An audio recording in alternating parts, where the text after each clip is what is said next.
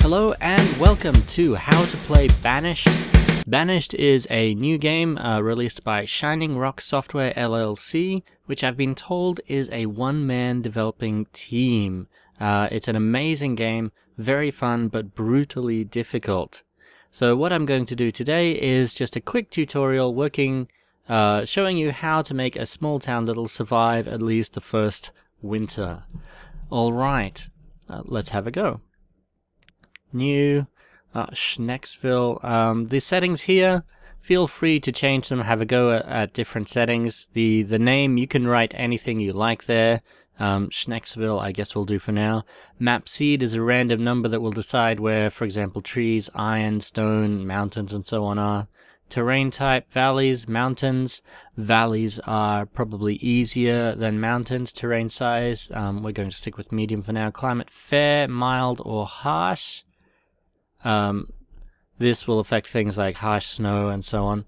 Disasters, on or off. I recommend leaving disasters off for your first few games, lest a tornado ruin everything. Starting conditions, we'll leave that at medium. Basically, these are all just the default settings. Okay. So here we go. Oh, they've already got sheep in that picture. It'll be a long time before you get sheep. Okay, here we go. Now, I've already pressed a button. I'll just go through the controls quickly. Now, the first button that you really should learn is space. This is the pause button. You can use this frequently, use it often. It'll really make things go better. Alright, now WASD will move you around the screen like this, so you can get a good look around and see what's going on where. Q and E will rotate the screen like that. You can also rotate by holding down the middle mouse button and moving your mouse side to side. Okay. A couple more controls. Zoom out or zoom in with the mouse wheel button. And there's hotkeys down here which we'll go through as they come up. Alright, now, well, what I'll do first is I'll show a couple of these. I always keep this one. This is F2, Tools and Reports, and then number 1, show the general statistics. This is a very useful little diagram. I leave it up all the time. It tells you how many people you've got, the weather, how many of different resources, and whether your people are happy, sad, and so on. I'm also going to show a couple more. Number 4, assign jobs to citizens. This is another very useful panel. I'm going to leave that in the corner for the time being. And finally, we'll have a quick look at this, the map. You can't resize this, but you can click around the map here to look at different places. It can also give you an idea if you're thinking about where to build. So, for example, I can see on this small map that we have mountains here, a good place for mines, and some more flat area over here. So this will be better for civil buildings. So with that in mind, I'll probably build my farms around here and my houses this way. Okay, we'll close that map for now. The first thing you need to do to worry about is housing and food. So we're going to have a quick look at those. First of all, food. Food production comes in a number of different ways. First of all, crop fields. These are, in my opinion, one of the best things. Each year you'll have one harvest, and you'll harvest quite a lot of food all at once. It'll stay in the barn or barns. Orchards take a lot longer before they start producing, but they produce more exotic, more valuable stuff for trading. Pastures you won't be using until you can trade for some sort of animals to keep on the pastures. Not a good one to try to start with. Fishing docks give you constant food, but not a great deal. Hunting cabins are necessary for leather so that you can produce new clothes. And finally, gathering huts for gathering roots and berries. Okay, we're going to start with some crop fields. I'm going to make 3 large ones. Now this barn here, they can enter either through the bottom here or this side here. We want to minimize the walking distance for our peasants. So I'm going to make sure that one of them... I can't quite fit one because of the hill there. So I'm going to put one over on the other side. Let's rotate around. I'll leave a 1 space gap. And make a 15 by 15 crop field there. And I'll actually make 3 crop fields, so I'll make 2 more. Let's see, 1... Can we fit one here? Not quite. We have to go across 2 more.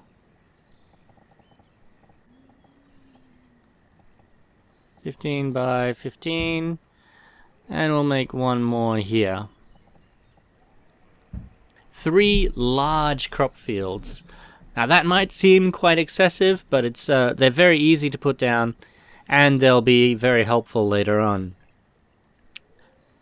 What we'll do now, I'll actually start the action. I'll press pause so these people start walking around and start building. We'll speed that up in just a moment.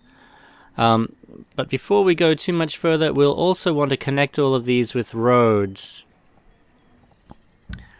As I said, minimizing walking distance is very important. Roads help with that. They make you move, your people move much faster. Okay. So now that that's going on, we'll think about housing. So I said before that these mountains are where we're going to be gathering resources using mines and quarries and so on. Those will make your people unhappy if they have to live near them. So for that reason, we're going to put the houses over the other side. There are 2 types of houses, wooden and stone. I'll show you both of them. Okay, wooden ones are cheap and can be built quickly. Stone ones, on the other hand, are more expensive to build, but in the long term they're much better because they hold heat. Okay, so we've got those. I've set up some buildings here. I've actually set up 5. In general, in this game, you don't want to put down too many buildings at once because you won't be able to react quickly to anything that happens. You want to build 1 or 2 at a time so you can decide exactly what needs to be built next.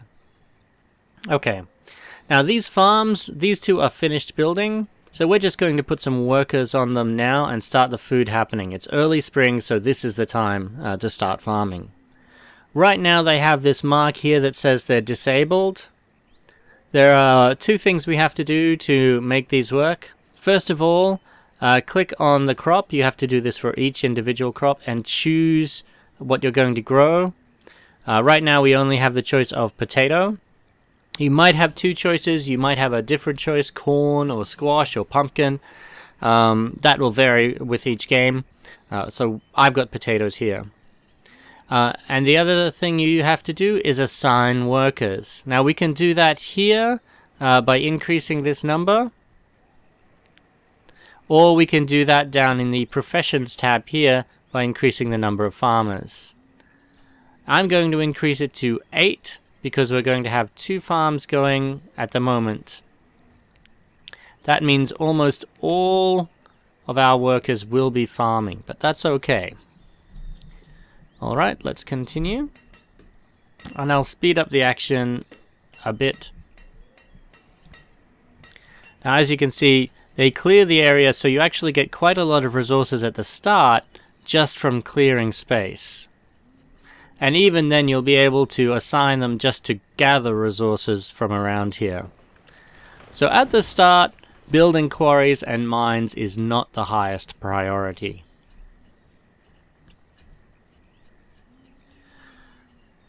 Probably the next thing we're going to do after we have food coming in after we have housing is we're going to worry about firewood. Because one of the things that really will kill you is hypothermia, freezing to death. So many things in this game will kill you.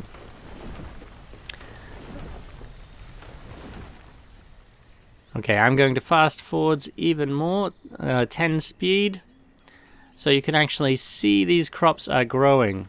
2% yield, 7%, 1%. It doesn't go consistently.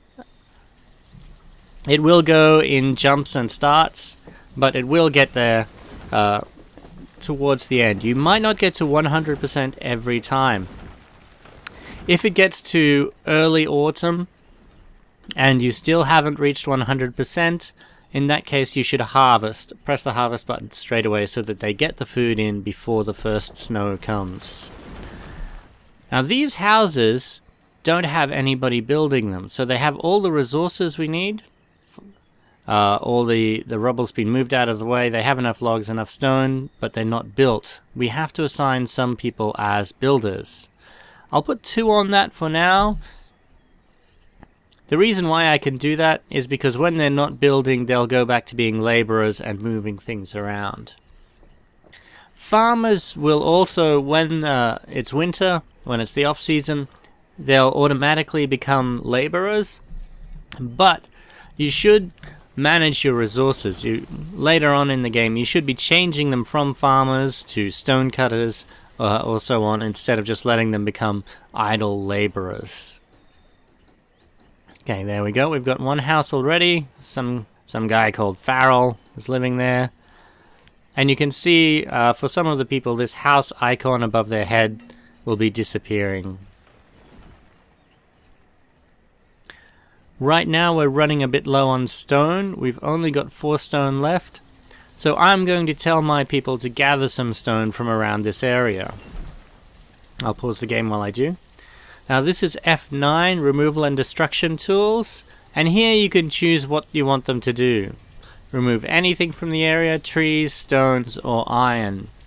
I'm just going to tell them to clear this area here because it has a lot of stone, but it also has a little bit of other useful materials. So someone will go along and start removing that. This is actually quite messy at the moment with all the trees and everything, but that will change soon. We can check these. It's summer now. We're up to 83%, 86%, 62%. 68%. This one won't finish in time, so I'm going to go ahead and start harvesting that one now.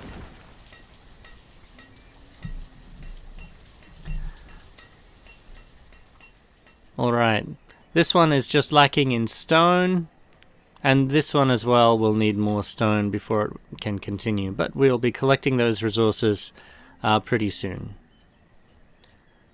There we go. These ones are automatically harvesting. They reached 99% or 100%, and so they're bringing the food in.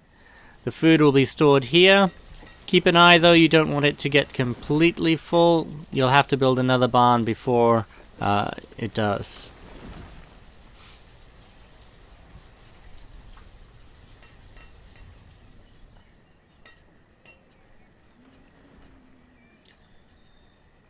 Okay, what I'm going to do is queue up the next building, which will be the woodcutter. So this is resources and production, F8, woodcutter number 1. Now we can put this anywhere. It's a good idea to have it near where you'll be getting wood. I'm going to go ahead and put it here beside the stockpile. By pressing the R button, I can rotate it to face different ways. So I'll make sure that the entrance is there on the road. Once that's built, we'll also have to assign a worker to actually cut the wood. Okay, you can see now these crops have finished. The food is stored. That should be plenty of food for the first year. What I will do, I'll actually increase the food limit though. It starts off at 5,000. I'm going to make that 10,000. So that means they'll keep making food until we have 10,000 stored. I'll need to make another barn before we get that much, but It's always good to have more food. Alright, we have one more house to build, and hopefully that will house the remaining people, but we really need more stone, so I'm going to tell them to focus on getting stone from this area here where I can see a lot of stone. Because we want this, it's early winter now and some people are still homeless, and that's not a good thing. Okay, there's enough resources now, it should be built in just a few seconds.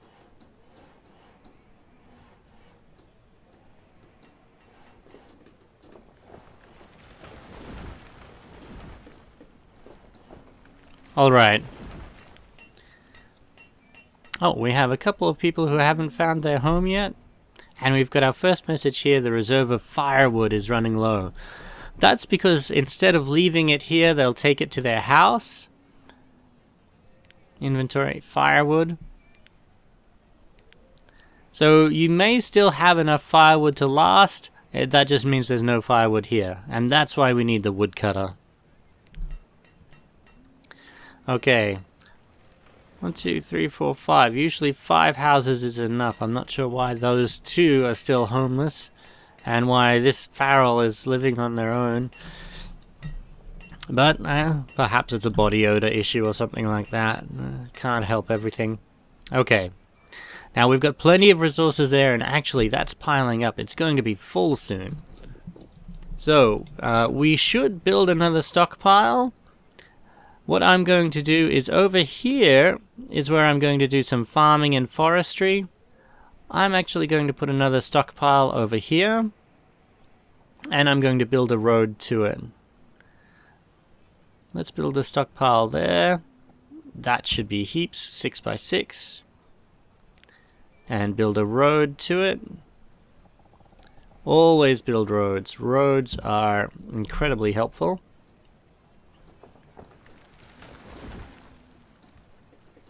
Those 2 people. Now, this is a time when you have to react. Those 2, they don't want to live with Farrell, so we'll build them another house. Picky, picky. And I'll just put it here, a riverside house. They can't complain about that. Okay, this stockpile is clearing. The road is there. So the buildings I'm going to put out here will be from... Where is it? We will... here. We'll have to build a well at some point, but no. Okay, so over here what we're going to build, near this stockpile, perhaps just a little further on, herbalist, forest lodger, and a hunter. Let's get the hunter first. Because as I said, the cold is your enemy. So, a hunting cabin. And that hunting cabin will start to get us the leather that we need to make clothes.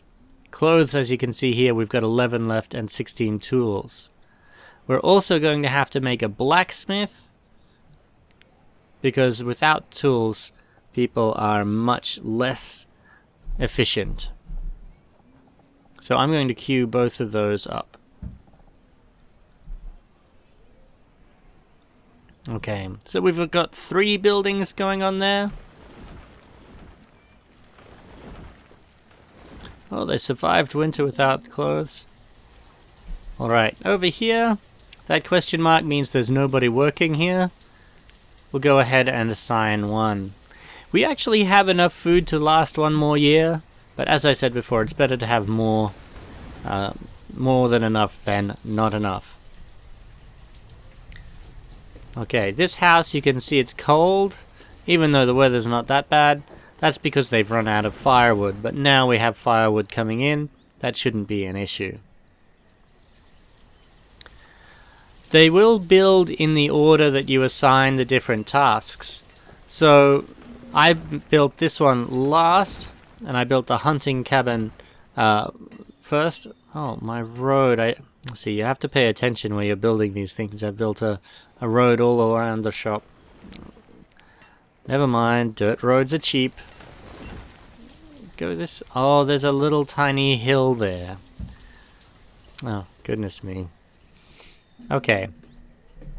At this point, you have everything you need to last. You can survive with this. There's a few more things you'll want to build, wells, herbalists, and hospitals, but this is a start. From here, you can branch out and decide what you want to build next based on what resources you need. Once you've cleared the stone around the area, you'll have to build a quarry, build it somewhere further from the houses.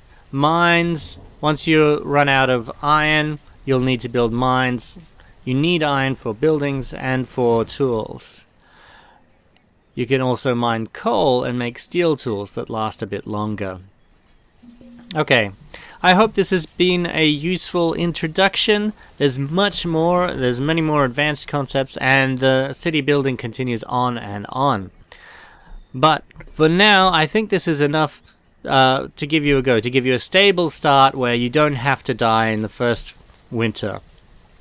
If you have any questions about anything I've done here, or would like me to talk about any of the more advanced concepts, please feel free to ask me, and I'll do my best to let you know how it works. Okay, thank you very much for watching.